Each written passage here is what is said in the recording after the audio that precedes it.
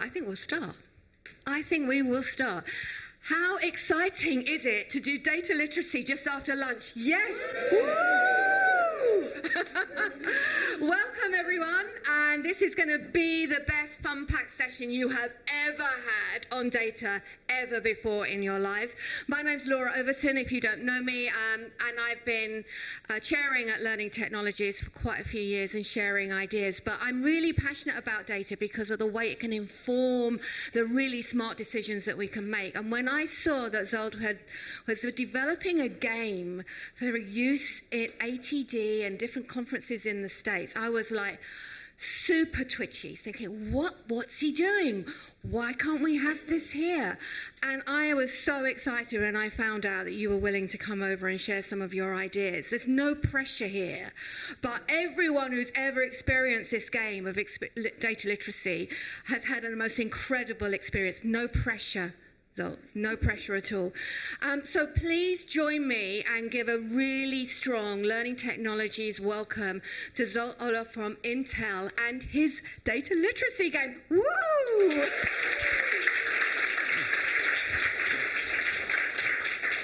Thank you. Thank you so much. Clap 3 times if you hear me. Clap 3 times if you understand my accent. Getting there. It's going to be a good session. Clap 3 times if your native language is English. Are we losing some people? Clap 3 times if you have an advanced degree in English. What are you doing here? We'll see why it's important today. So today, take any seat where it's open. Welcome. Today's topic is data literacy. And this is one of the topics where I've been in the last 4 or 5 years involved with teams, 3.5 years at Amazon, and then now with Intel.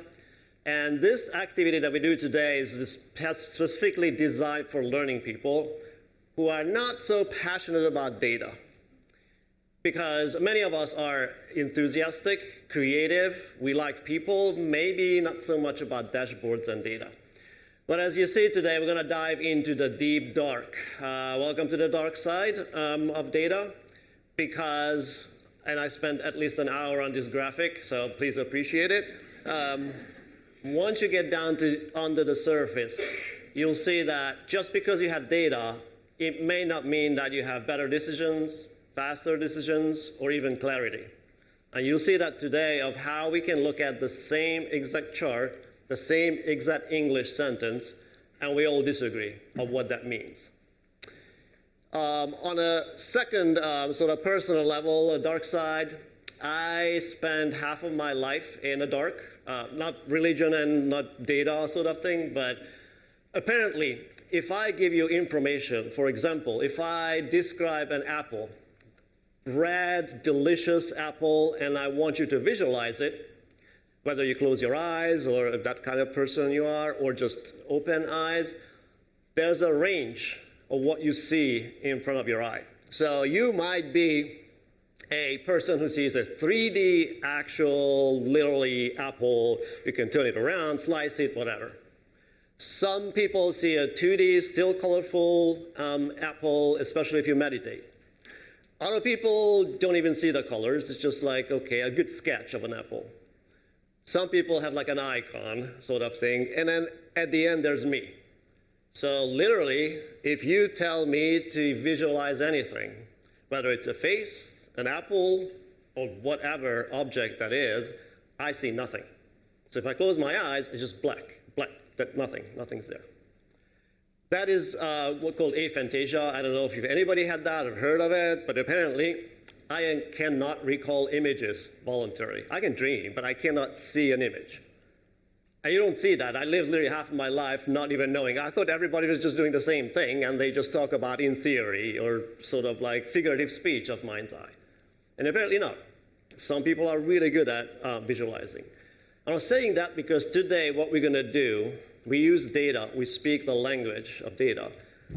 And just because you think you're clear and you're explaining yourself, the receiving end could be absolutely different. We have biases. we have assumptions, and sometimes we have aphantasia. So just because you see it exactly what you're talking about, it may not be true for everyone. If you want to know a little bit more about me, which you don't, because that would be a waste of time, but here are a couple of actual data points. So if this was an actual game and I had a profile in the game, it would be a data classification profile. So you have qualitative data, quantitative data. So my name is Zsolt Olah. I'm a senior data measurement analyst at Intel. I work with data daily. I work with learning groups to understand data. But that is just a nominal label, like no name is better than the other. On the other hand, I'm a legend, apparently. Now, if I take this out of context and start walking around, people would probably think I'm crazy, but elearningindustry.com has levels, and I'm on 1111, and that's a legend. That is the nominal data, ordinal data, because now you can rank them. This is the most boring part of data literacy, which I'm not going to spend time on. But why this is important for us is because I have two goals for you today. One is when you walk out here, you're going to think of data very differently than now. The second is that this session may not be what you expect. So I'm going to get lots of bad reviews, but it's worth it. So here's why. I want you to not take notes or try to copy things or take pictures and all that. I want you to actually listen to each other as through the activity, because I want you to experience this activity called On the Table, which we go through in a little bit, and decide whether this activity would be good for your team or for you when you go home. Because this all exists online, it's free, the dashboard, the charts, and everything is online. So you can go home and say, grab the team, whether virtually or in person, and you can start using this activity. But in order to do that, you have to realize today whether it's working for you or not. If it's worth it, take it home, online, and do it. If it's not, then at least you learned something, and you can go and do the bad reviews. So here's how we're going to do this today. We're going to use your imagination because this activity ironically called On the Table. If you look around, there's not many tables here. Activity is designed generally to have people around tables with a dashboard, with cards, arguing about the data that they see. We're going to do this in imagination. The dashboards are on the chair. We're going to do this in teams. But because we don't have tables, you might have to cooperate in some way to move around and sort of discuss things. What this is about is a fictitious land called Outland, sales pilot. So they had some issues with salespeople closing sales, so they created a pilot. The pilot went through, the data came in, and they put this data on a dashboard. This is what a dashboard looks like if we had a table. It would be on the table. So this is a typical dashboard that you would see in a learning environment. You have numbers on it, you have charts, and at the very end, you're supposed to be able to tell whether or decide whether this pilot was worth it or not. Whether you scale it as is, abandon it, or something in between. How you do that is it takes 6 hours, so I hope you canceled your dinner plans. And that's the reason why I don't want you to rush today to get through these things. You may cover probably the first part, but I want you to, again, go through the experience and see, is it worth going through this whole activity? Because at the end, you could decide, if you spent 6 hours on this, whether it was a pilot that worked or not. How we do this is you're going to have cards in teams. And each card has a statement. It's a simple English. That's why I asked if anybody speaks English here. Simple English statement about the data. And all you have to do in teams is decide whether this statement is true, false, or unknown based on the data on the table. Nothing fancy, no AI involved here. But I'm happy that we have some linguist or advanced degree in English, because what I want you to do today, and this is my first talking point that I'm going to repeat over and over again, is think less of numbers and spreadsheets But think data as a language. And as a language, just like in my profile classification, there are basic things in a language like nouns, verbs, structures. If you know how they work, then you can use them in a sentence. But just the language itself doesn't mean that there's value in what you're saying. And it's exactly the same with data. Just because you have a bunch of data on the screen, it doesn't mean that you're actually telling something. Or you can make a decision, or you can provide information to make a decision. So again, more data may not be the same as good decision-making starting point. So again, language of impact. It is what you say and how you say it does matter. And you'll see that in the exercise. And because we start with data, the definition which everybody wants to know is here. It's absolutely boring and vague. No wonder that L&D doesn't really dive into data. It is using data in context. So this is the data we're using today. If you take this data and tell the sales leadership that we've covered, here's the data we have from the pilot. Here we go. Have you ever tried to do this with leadership of more than 2 columns in anything?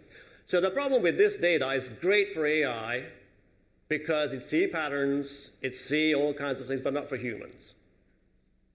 And that's why we have a dashboard today that we're going to use for this activity. How we're going to do that is this is the most complicated part of the session. There are going to be 10 teams. Each second row has a dashboard and cards there.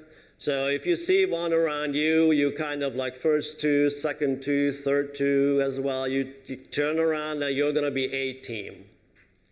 This is not a competition between teams, although some people think of it.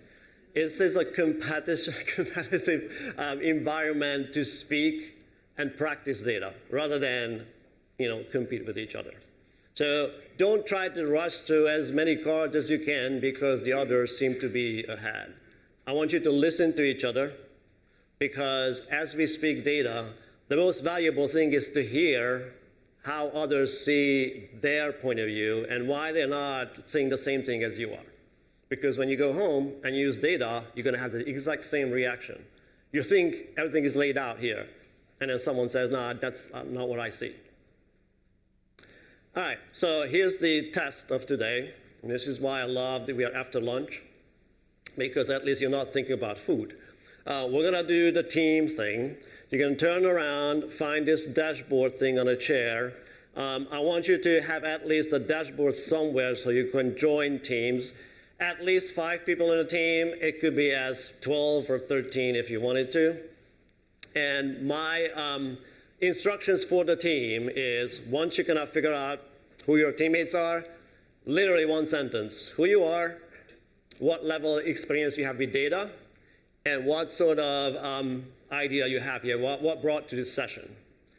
Very quickly, so we can start working, but I want to know that we have teams established for the session. And then while you do that, we need one person from each team who's going to be the dealer. Not that kind of dealer, the dealer who's going to work with cards and make sure that things going well. So if you're that type of person, you might want to volunteer for your team. Any questions before we jump into the hardest part of the session? Good? All right, so form your teams, elect one person, and introduce yourself quickly about who you are.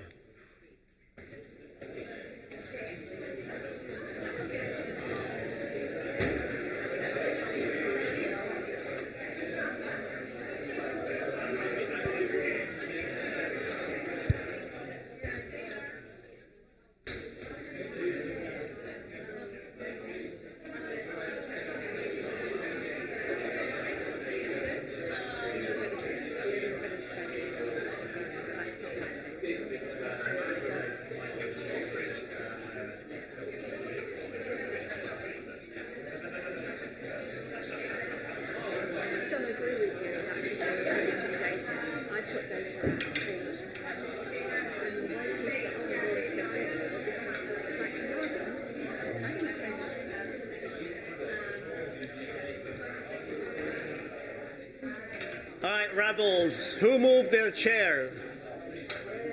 All right, this is my first session at Learning Technologies, and seems like the last one because you just broke the whole thing. Okay. Are we done? Do you have your teams? Good enough? Do we have? Hello, humans. Humans, do you have a dealer? Hands up if you're the dealer. 1 dealer, 2, 3. Dealer? We have?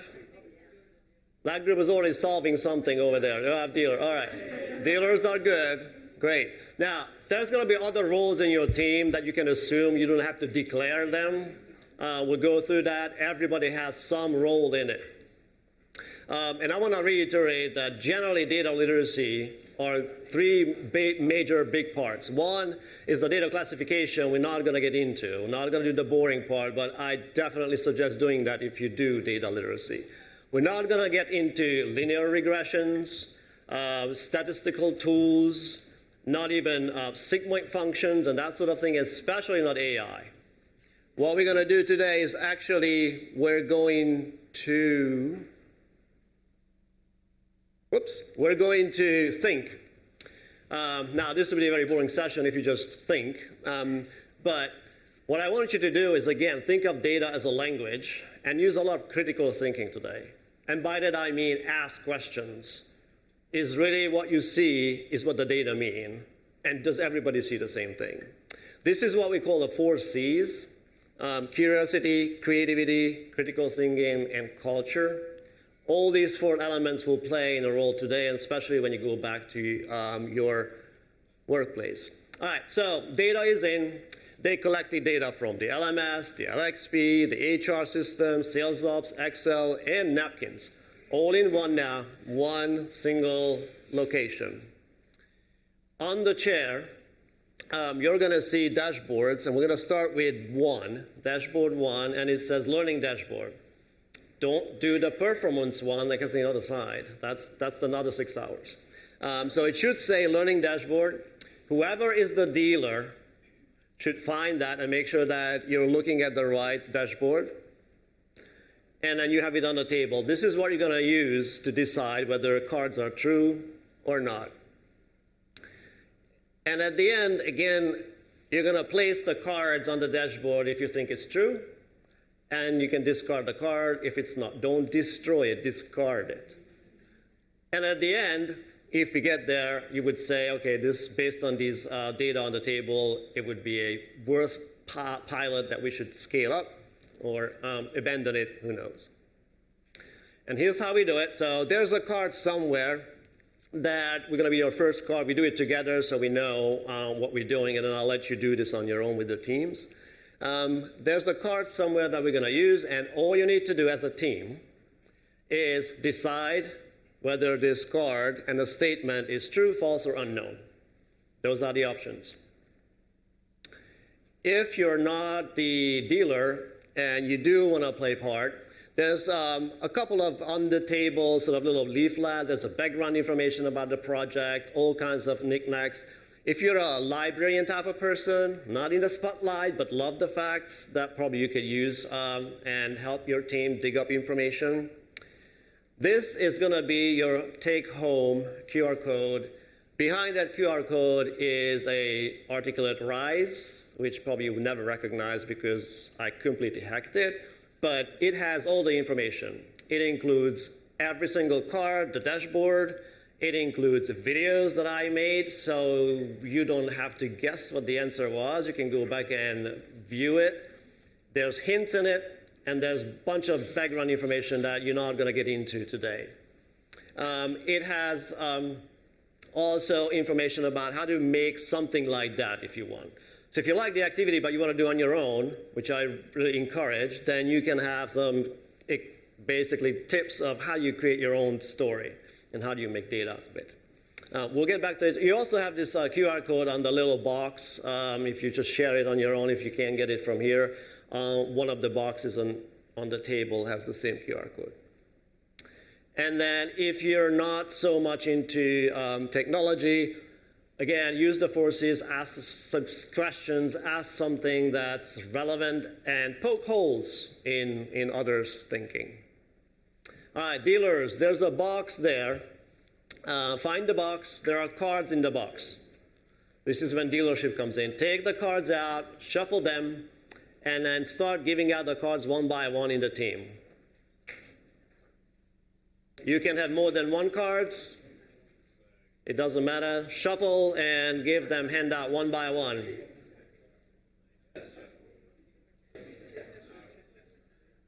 Quick shuffle, hand out the cards. These are not secret cards, so anybody can see them. It's just you have a card in your hand. Including the dealer.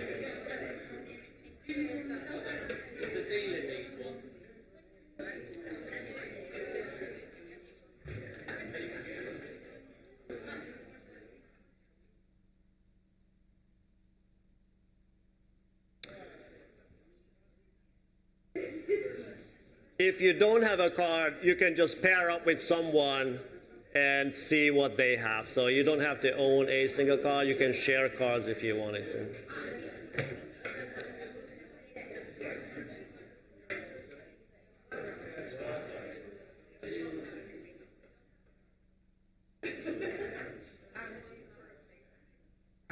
All right, ready? Oh, now. There is a card somewhere. It has a number 1 on it, and it says, out of the 265 sales folks who started the pilot, 115 have completed. Identify the card, raise your hand so I can see that we have here. Whoever has this card, we have it. Do you have this card somewhere? It has number 1 on it.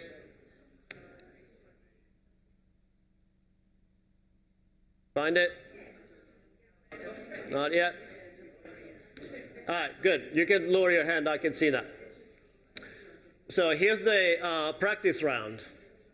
I'm going to give you 3 minutes for the team to decide whether this statement is true or false based on chart 1 on the dashboard. Now, if you disagree, because I guarantee you're going to disagree, who's going to decide if there's a final word?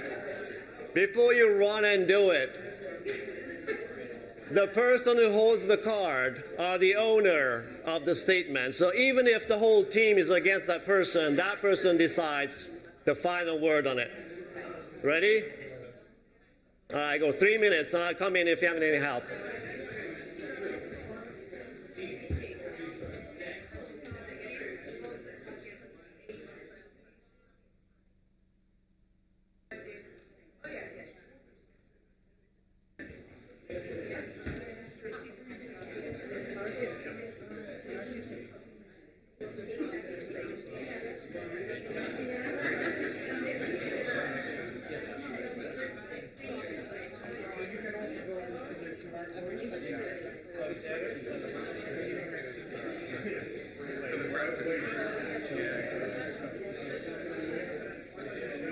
Any questions? No, I think we decided it was false. Oh, that was quick.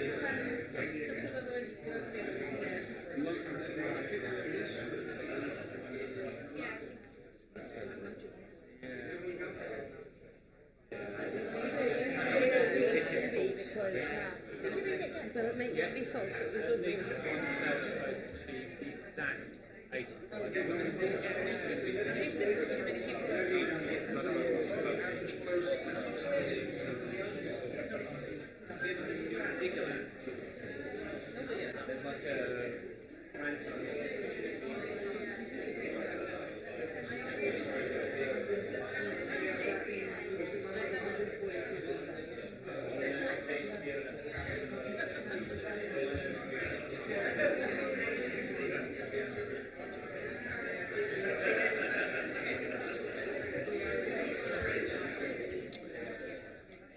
Is anyone still working on the first card?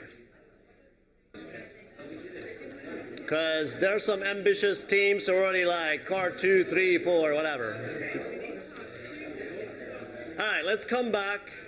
Let's come back and see if the practice worked. Because if the practice doesn't work, then we probably can go home. All right, so here was the card, and that was chart 1. To help, these were the numbers that we're looking at, right? So the first part of the card says out of the 261 sales folks who started the pilot, 115 completed it. All right, so let's see who ended up with a true for this card. So we have about a lot of true. False, anybody false? We have false over there. Do we have unknown? We have, you already picked your hand, or like you're not deciding? All right, so this is a practice. This is the easiest card. We should agree on things. So it does say that 261 completed or started the pilot. The dashboard does say that. 261 started the pilot. So that part seems to be true. Then it says 150 have completed it. That over there, here it says that they completed is 115. So far, the top part of the card is true. Second part of the card, because they all have to be true. This is about the targeted 80 completions. What happens when you as the L&D gets exposed to numbers, sometimes your enthusiasm to solve problems get the better of you. And what happens is enthusiastically jump in and make the number, move the number because the business needs that. We often make assumptions while we do that. So 80 here, is that the percent or is that the number of completions that we're looking at? Number of completions. I didn't say that the dashboard is good. I said there's a dashboard. And you can say that probably if you redesign this dashboard, you don't want to put the 80 here because it might look like the 80% is what you're looking for. And if you read it fast, like Laura did, when we practiced, 80%, 80%. No, it's not 80%. It doesn't say percent. It's just in your head. So this part is true. It says it's all above the 80 because this 115 is above 80. We're not judging whether it's low or high because it's around probably, if you take the 261, it's about 30%. They were very low aiming people, I guess. Like you would not, probably your company wouldn't like 30% of completions. But that's not what we're judging. What we're judging is simply the statement. So this is a true statement. If your team was able to do that together and completely agreed, great. If your owner had to jump in and say, no, you're wrong, fine. That's the practice, the round that we're going to do forever today. So before we move on, and I give you 10 minutes to do as many cards as you want, going with the numbers to 1, 2, 3, etc. Any questions from anyone? Is there a prize? There's always a prize. You learn something. Yeah. See, I told you, like some people take this so seriously. There is no prize for the number of cards. The prize is to listen to each other and understand why others not seeing the same thing that I do, because that's what I want you to take home, not the number of cards. There's a prize, though. Of course, we cannot avoid AI here. Now, if you have the QR code and you bring that up, let me just show you that one way to use, because sometimes it's small, is this is what you see if you bring up that document or you go home. This is the story, the background information, and everything else you want to know. But it also has everything, the dashboard. So there's the dashboard, the full dashboard. It also has individual dashboards and also has the cards. So you can use your phone or laptop or whatever. If you want to zoom in and see the card, you don't have to actually try to get too close to the dashboard, if that helps for you. When you go home, you can also try AI, because we cannot actually escape AI.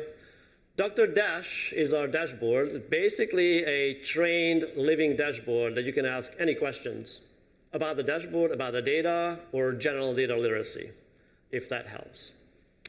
All right, so I'm going to give you 3 minutes, check in every 3 minutes before we make sure that we cover everything. So here's the Dr. Dash. There's a dashboard behind her. She's one of the famous medieval doctors.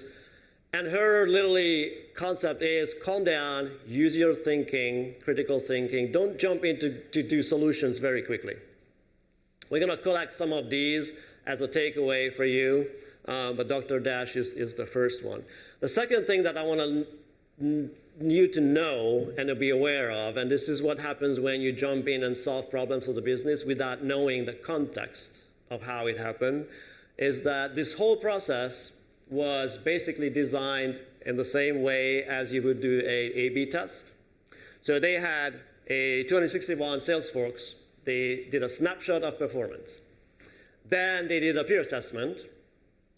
Then, and this is why important to understand what behind the numbers is, they let the managers decide out of the 261 sales folks who's going to go through the pilot. So they did their best, but that was the deal with the managers. So the managers decided on who's going through the pilot and who's not. And at the end, all people who went through the pilot, they did a post-assessment. And then finally, they did a snapshot after 2 quarters to see if there is a correlation between learning and performance. So in a way, they did their job. May not be perfect, but that's what you get. But knowing this, you actually can see that 115 people started the actual pilot, and all of them finished, which a much better number than the 30%. But now you know the context of it. So use this context when you read the next some of the cards, because it's important what happened, how the data was collected. And just a final parting note from Shakira, a famous medieval scholar. Data like hips don't lie. She proved it. There's even a song about it. Just because you see data, it's not the truth. It's a snapshot of reality from someone's perspective. Somebody decided what to collect. Somebody decided how to deal with outliers, for example. Somebody decided what to present. And it's all part of the data cycle.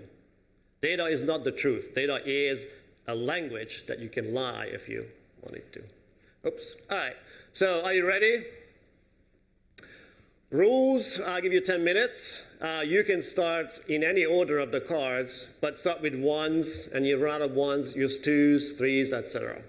So come back in 10 minutes and see how many you got right.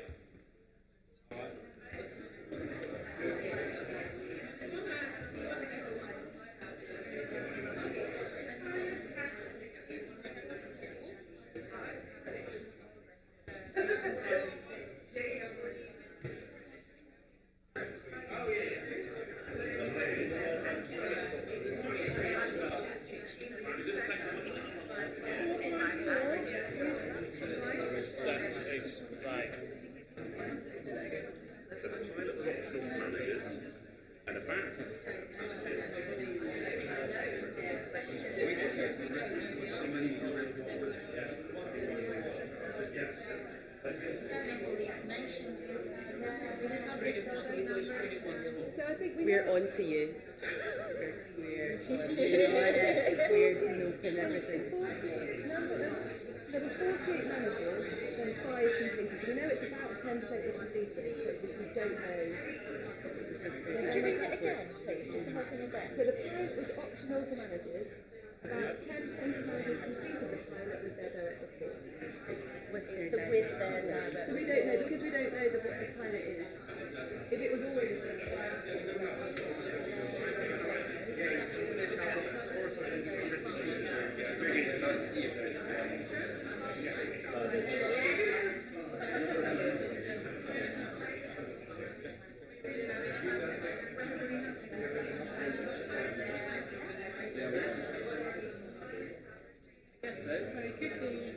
Number of managers completed the pilot. It was optional.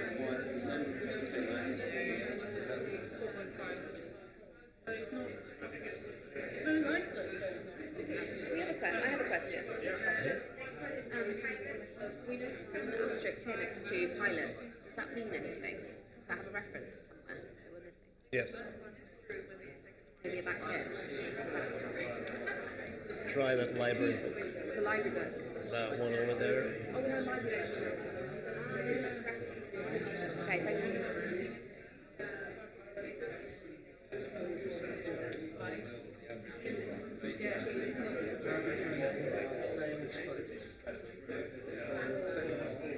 So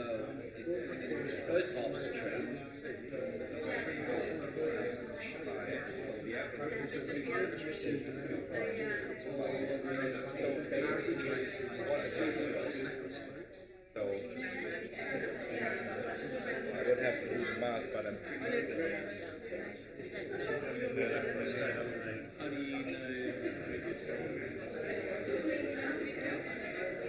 Where can I get the QR code? Oh. I gave out all the, it's on the box. If you find the box. Over there. Oh, actually, hold on.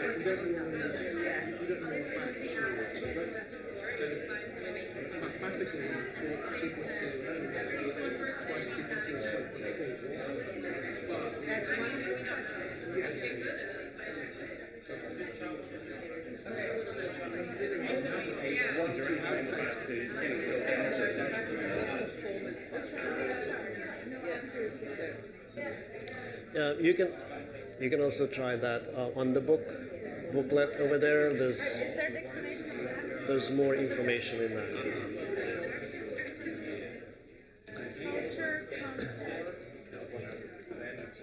Salesforce recently released a bad review. Could 1 out of 5 for a buy this game or get it because they had some Yes. Okay, I'll cut that video.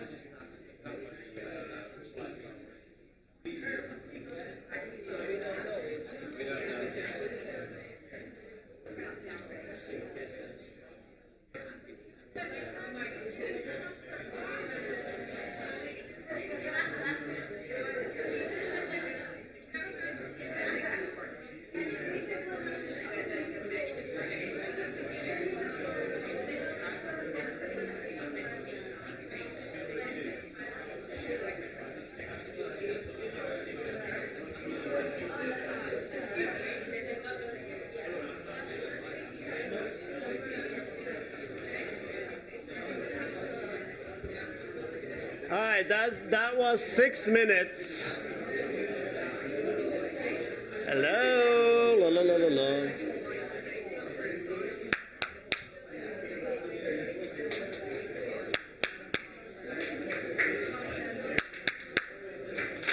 All right, we have some trainers in the room. Okay, so we've done 6 minutes. I'm gonna check in to see how we're doing. And maybe we can discuss some of the cards, and then you can go back if we have more, because it starts getting heated in the room. So we had these cards. This is just a reiteration about think, calm down, use your critical thinking. Sometimes you have to be creative. And an easy way to remember is that there's fire, there's wind, there's water and mountains.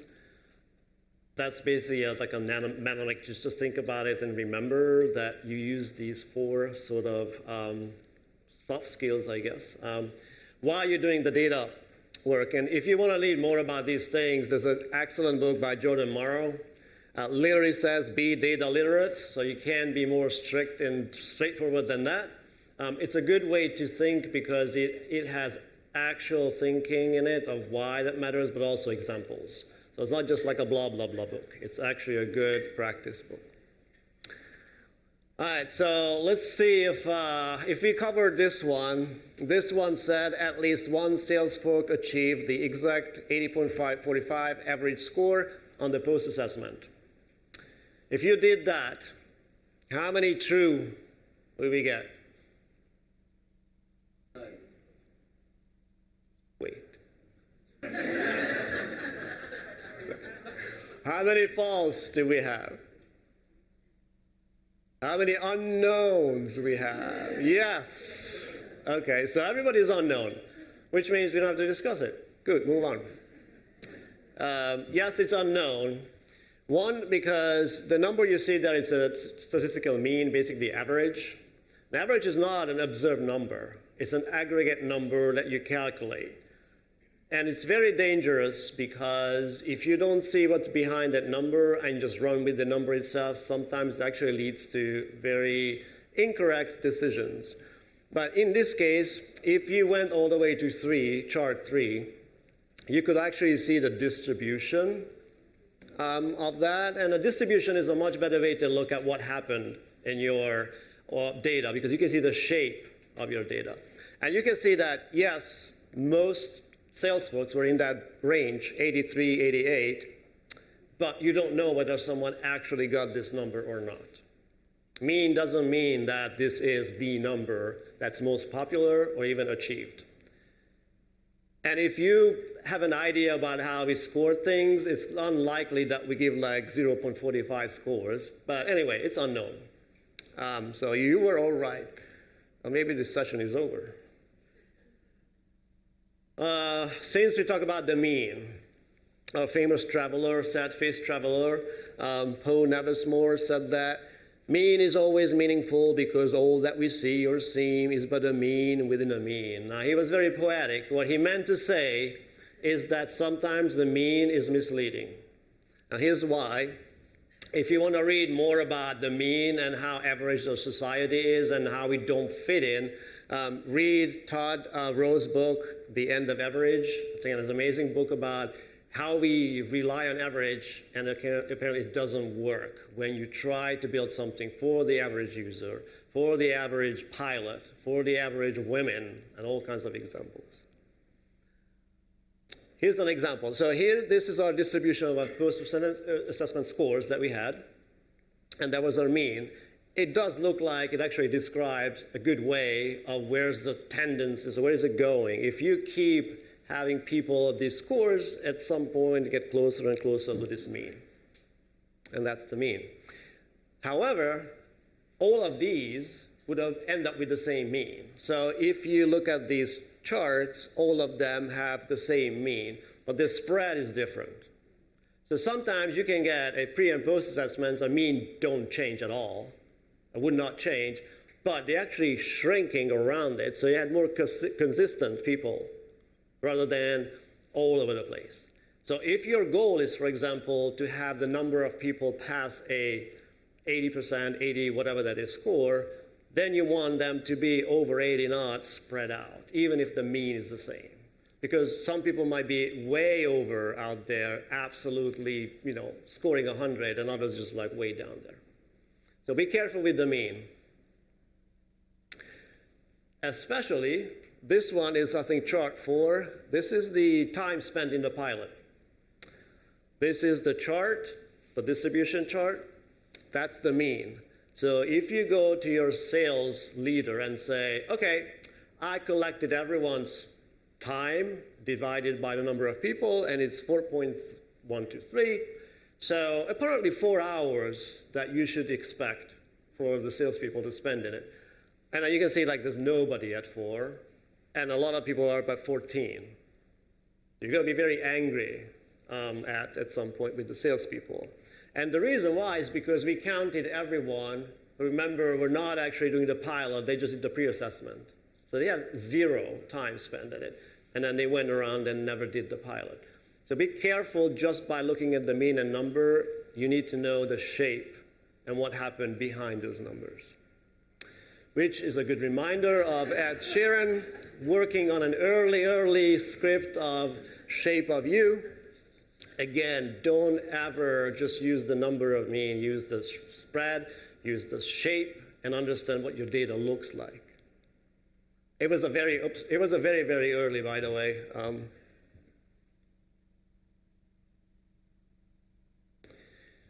Pretty early version. All right, so we have so far the mean, we have calm down, we have our Shakira data, don't lie like hips or whatever that was, and we're working on the shape of you. There's one more over there we'll probably not get to. That is Beyonce working on engagement rings. It might be a homework to figure out what that was. All right, so look at this one because this card always causes problems. I hope you don't have couples or married or that sort of relationship here because that card sometimes causes relationship problems. So it says that the pilot has received a 4.4 out of 5 average. And then the second part of it is about this is twice as basically satisfied than the 2.2, a different program was shut down. There's so much in this statement, but let's start with the beginning. So the pilot has received the 4.4. Everybody's asking about the asterisk. If you put an asterisk anywhere, don't cut it off your dashboard because people are going to get angry. What does that mean? What the asterisk meant is that when they received the feedback, there was one single outlier, a very low score because their internet didn't work. And so they decided, well, this is an outlier because it's not about the course, not about our content. It's just they're just complaining about the internet. So they removed that. And then they add the asterisk here, so we document what we did. We removed this one outlier, and then they rounded it, and it's 4.4. So they achieved. Excellent. The question, obviously, here is when and how you can get rid of outliers. The first sort of advice is always have a plan. So don't swing this after that you see outliers and decide on them because sometimes the outlier is actually really good. Sometimes the outliers show you people who are actually really good, and you can go back and follow up and see how they're doing, why they did that. So don't ignore them just because they're like out there. There is an actual definition for outliers that you can use statistically, but without getting into that, is about quartiles of how far away from the mean. But again, let's assume that is true. Let's find this true. They got this 4.4. The second part will make this card absolutely false. Because 4.4 is not twice as big as 2.2. As a math, yes, it's double it and it's 4.4. But what they represent, and this is why, again, data literacy is important, what they represent is satisfaction. On a Likert scale, 1 to 5.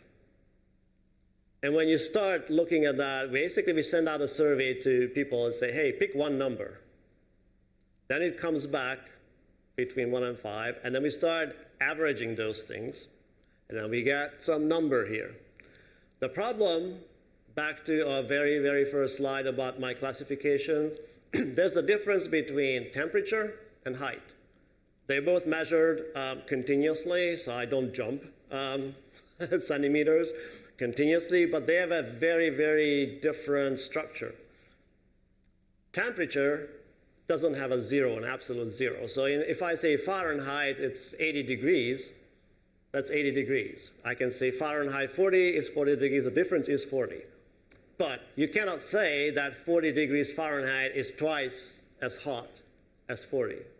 Or you cannot say in Celsius that 40 degrees Celsius is twice as high as 20. Because there is no absolute zero in it. And when you go and send out this survey, there is no zero satisfaction on it. They couldn't even pick zero on it. But there is no, actually it can be negative. People can hate, not you, but the course. So there is like negative part of it. So it's an absolutely randomly picked number. And because it doesn't have an absolute zero, you cannot say that the ratio is going to be okay, saying 80 is twice as big as 40. And this is why it's important to have the basic classification down. But there's a much bigger question. So it's false, technically. There's a much bigger question here. Why even doing this? Why so much fuss around this like 4.4 thing when sometimes it doesn't really help you make any decisions at all? I can tell you when I joined Amazon, our team had like 100 dashboards. There were PRR, NRR, positive rates, all kinds of things there. And I asked them, who makes decisions based on these things? Oh, no, it's always green. Okay, so if I go to the business and I say, is everything going well? The answer is no. So what are we measuring here?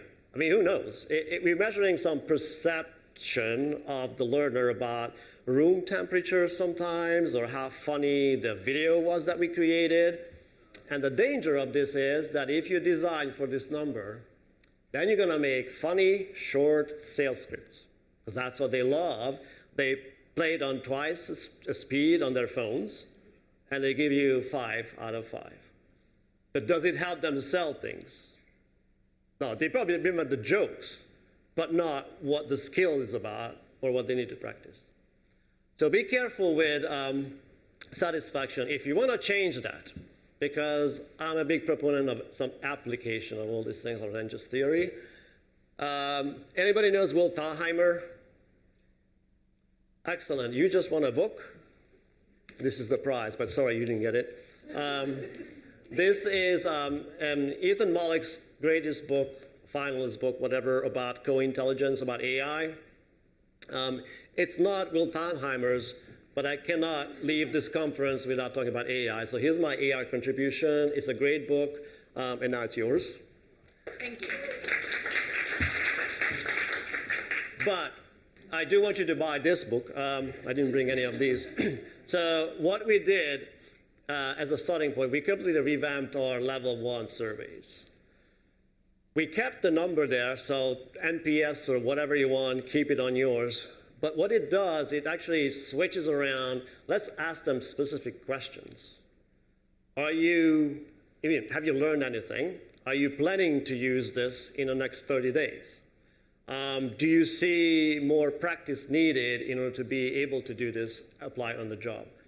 And what came out of this book is we got basically proactive information right after a course for our business and say, look, 30% of people say they need more practice. What do we do with them? Do we have any plans? 20% of them saying that they're expecting some job aids, so they're not going to remember this anyway. Do we have job aids? So the design actually moves from what are we measuring in the course and right out of the course, more around are we designing the right thing for the transition on the job. So anyway, read this book. It's not for everyone. If you like old-fashioned Likert scales, that's not for you. But at least try it, run some A/B testing on it, and you get better, more actionable insights from there. And why are we doing this whole thing at all? So the first question I got always about data, like, well, we don't know what we're measuring. We should have some sort of evaluation. We use Kirkpatrick. Anybody using Kirkpatrick here? Somehow everybody stops at 1. They have a great enthusiasm to jump in, and then maybe 2, but that's it. So the reason why we use Will Thalheimer's L10 model is because of data. each of these levels or tiers, we work with the business and tell them literally, okay, if we collect data on this tier, these are the questions we can answer you confidently. These are the questions we cannot. So if you collect data on the bottom level, which is normally what we do, like time spent in the training, completions, ratios of dropping out, that sort of thing, I can tell that people attended and they're still alive. But I cannot answer whether they learned anything in the course, and let alone that they're going to apply it somewhere else. And so as we go through, we use this sort of chart for two things. One is that we let designers see that they can make a difference. Because sometimes as a learning designer, you don't have the power of changing all the solutions that are already decided. But they have the power to move from, can you remember this thing that I told you 10 slides ago, questions, to can you put this into a situation, a realistic situation, a scenario, so we can measure decision-making competence. And if we do that, I can tell the business that, at least in theory, they know what to do. They might not do it, but at least they know. So we use this system, collecting data out of each. You can still have a problem because you have to work with the business at the work level. You can't just imagine what the business is going to be or how they're going to apply it and behaviors. But it helps you to focus and prioritize things. So what we did with Amazon, for example, we told stakeholders, if you're not interested in measuring about that, your project is lower priority. I want to work with those business owners who want to measure that. And suddenly things got less urgent because, oh, I'm going to do that. I actually don't need the course at all. So again, this is why we have all these measurements, because you have a system to work with. I'm going to give you 2 minutes with your team and see if you can remember these 4 things. And if you can also predict what Beyonce did, I might have another surprise gift for you.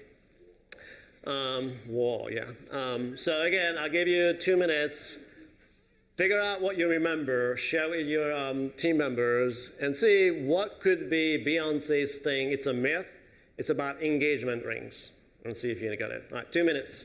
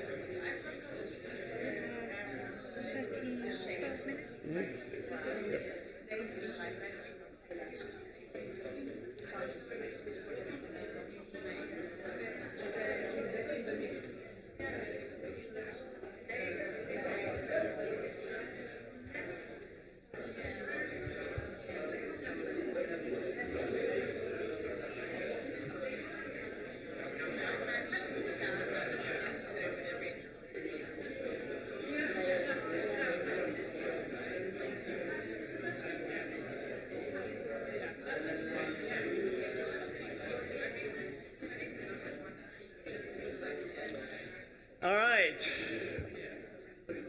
I hope you at least came up with something about this. But if nothing else,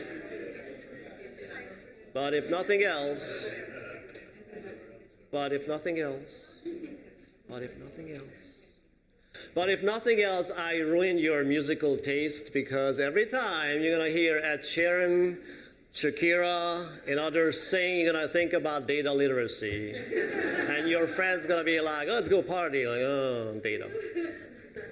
So those are the things that we sort of covered in the data literacy realm. The meaningless mean from Poe, again, don't just use the mean itself as a number, especially not for decision making alone. Think about what's behind that number, whether it even makes sense at all. Next one is from Shakira. You need to calm down. That's from Dr. Dash. Calm down before you jump in to help the business. And I mean that because we logically think that, yes, we're never going to do that. It's not a problem. But when they come to you and say, we don't have time, but we need to increase engagement and customer satisfaction, what's the first reaction? Oh yeah, we've done this before. We have a course, and we're going to have like active listening and empathy and whatever, and we're going to work with you. Now, that's not the most helpful way of approaching it. You sit down, you think about it. What is this number? How do you measure it today? So if you don't know how they measure customer satisfaction, for example, it's going to be hard to move that number. If it's 12 questions that they send out to customers, which they usually do in call center, then what are those 12 questions? And how can we take, whether it's a training, job aid, or having it apply that so we can help those questions and move the number? If it's about engagement, do you want me to entertain them, or do you want me to be able to help them do their job? Because if you have to entertain them, again, you're going to create funny scripts or videos with cartoons. And the Band-Aid thing is, it's a US thing, the Band-Aid. I think it's a plaster, because they looked at me like, what am I looking for at the Tesco Express when I asked for Band-Aids. That is sort of I think a theory or a visualization, again, if you can visualize things. Because sometimes what happens is that we play doctors who have Band-Aids, and our business come to us with exact diagnosis of their problems, and they ask for a Band-Aid. And all we do is just like, what kind of Band-Aid do you want? A long Band-Aid, small Band-Aid, colorful Band-Aids, and we just give out Band-Aids. And we count them, and that's our sort of appreciation. But we never know whether the patient died or survived. So instead of counting the Band-Aids, think about what the cure is. How can we help the business? It's not an overnight switch. It's not like, from now on, I'm not giving you Band-Aids. It's about making the decision together and work with data with them. Shape of you, again, remember as much as you can, look at what the data comes in. See the visuals. It tells you a lot about where to go. If you see one, for example, part of people, like a segmentation is much better than others, then that's where you go for interviewing. Okay, you're like doubled everybody else, these 5 people. What are common things? Are in the same region, same manager? Like, what are they doing differently than others? And you can see that in the shape. And then never, ever accept anybody showing you data and says, this is the truth, go with it. Ask them about who collected the data, what they used, when, how, what was the reason behind it. Oh, and I forgot about Beyonce.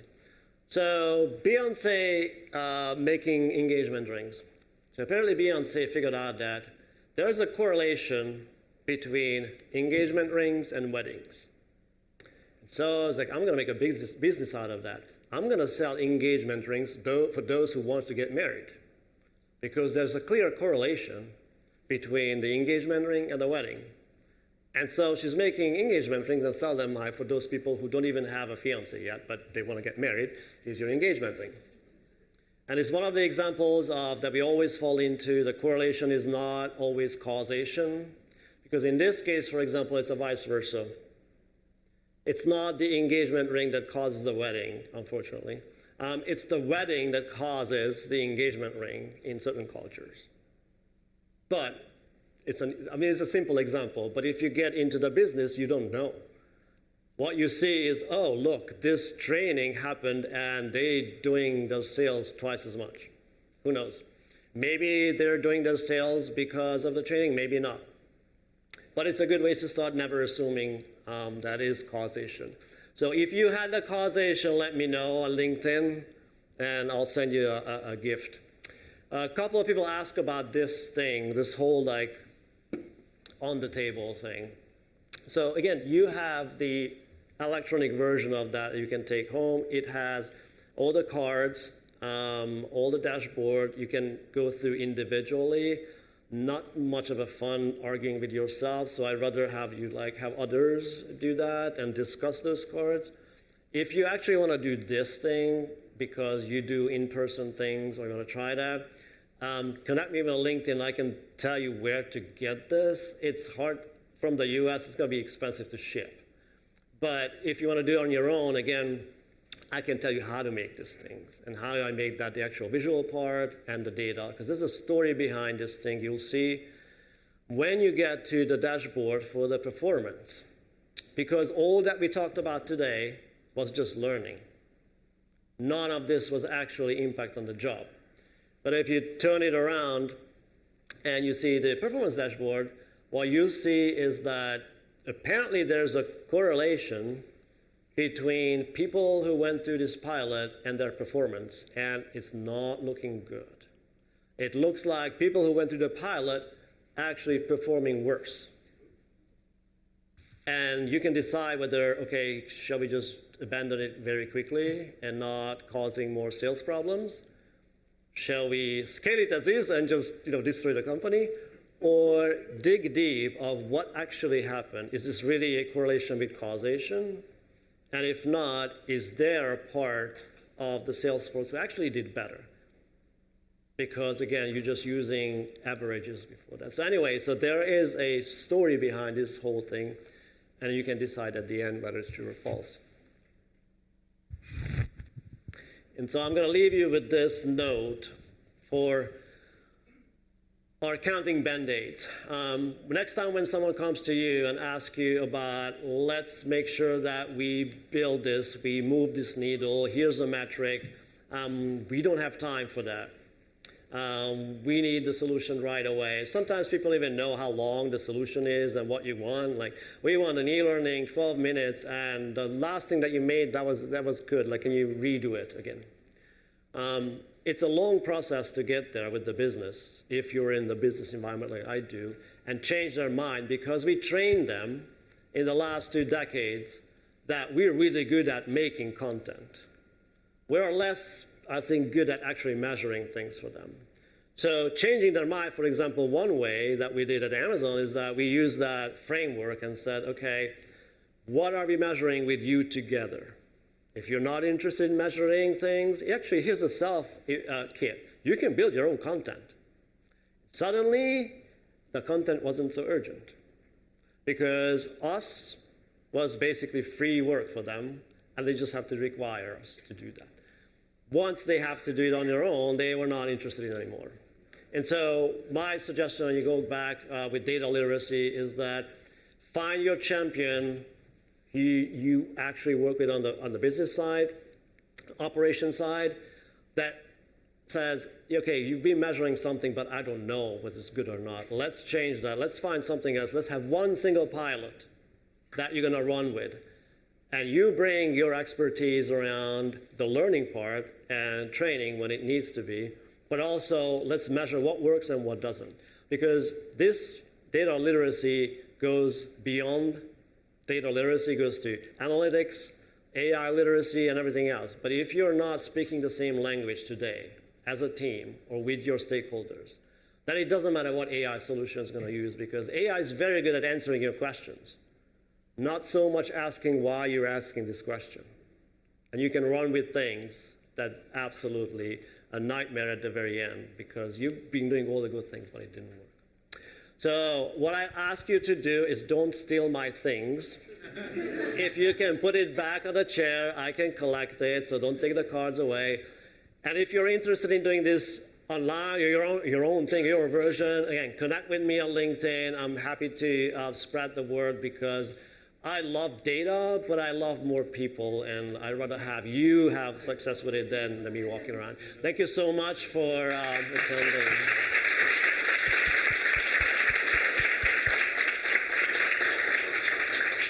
What an amazing session. And you know, I don't know whether you're aware, but the Latin origin of the word data is gift. Something that's given, not just something that's harnessed and leveraged. And you've really helped us understand the gift that data can be. So you've given us so much joy this afternoon, and you've been a gift to us in helping us understand the gift that we've been given in our data. So thank you so much from all of us.